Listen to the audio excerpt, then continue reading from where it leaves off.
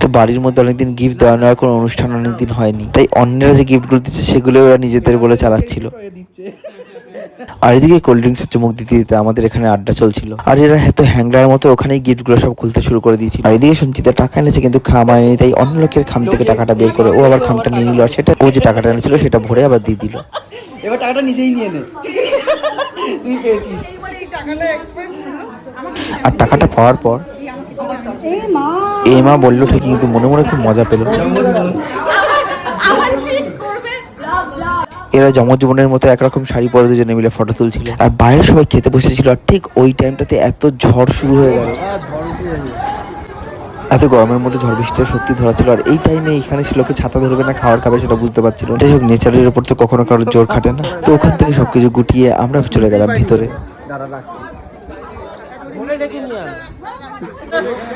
এত বৃষ্টি পড়ছে, এরা আবার অর্ধেক খেতে খেতে ঘরে ঢুকে গেছে।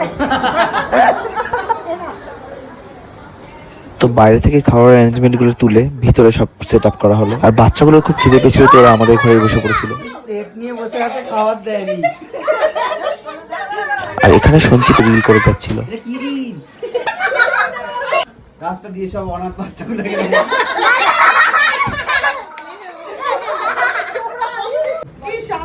তোদেরকে কতদিন খেতে দেওয়া হয় না। আর এখানে জামা পিসি খাবার নিয়ে চলে এসছে। এবার ধুমা পিসি এলো ডাল নিয়ে, রামুকেও নিয়ে এসছে। হরি ওয়ালাইকুম সালাম, কোথায় বোমটা ফেলবো? আল্লাহু ফেলে দাও। এরপর বাচ্চাদেরকে নিয়ে আবার রিল বানাচ্ছিল। তুই যে বলি লাইসি চিকেন খাওয়াতে তো ডাল ভাত খাওয়া। নে বল, ইচ্ছে করেই বলেছি, তুমি যে লোভী। তো মোটামুটি সব সিস্টারদের আন্ডারে এই বাচ্চাগুলো রয়েছে। ভীষণ বৃষ্টি, তো এরা সব সিঁড়ির মধ্যে বসেছে। এই পুরো রানী মাসির মতো কি করবো দাদা এরকম বললো। আবার নিজে নিজে তো কালো ময়ূর সেজেছে। কালো ময়ূর বৃষ্টিতে সব ভিজে গেল, তাও সিঁড়ে সেজে যাচ্ছে।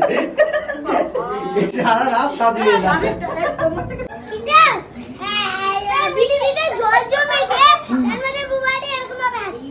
চং চং চং চং চং চং। আর রাত বেজে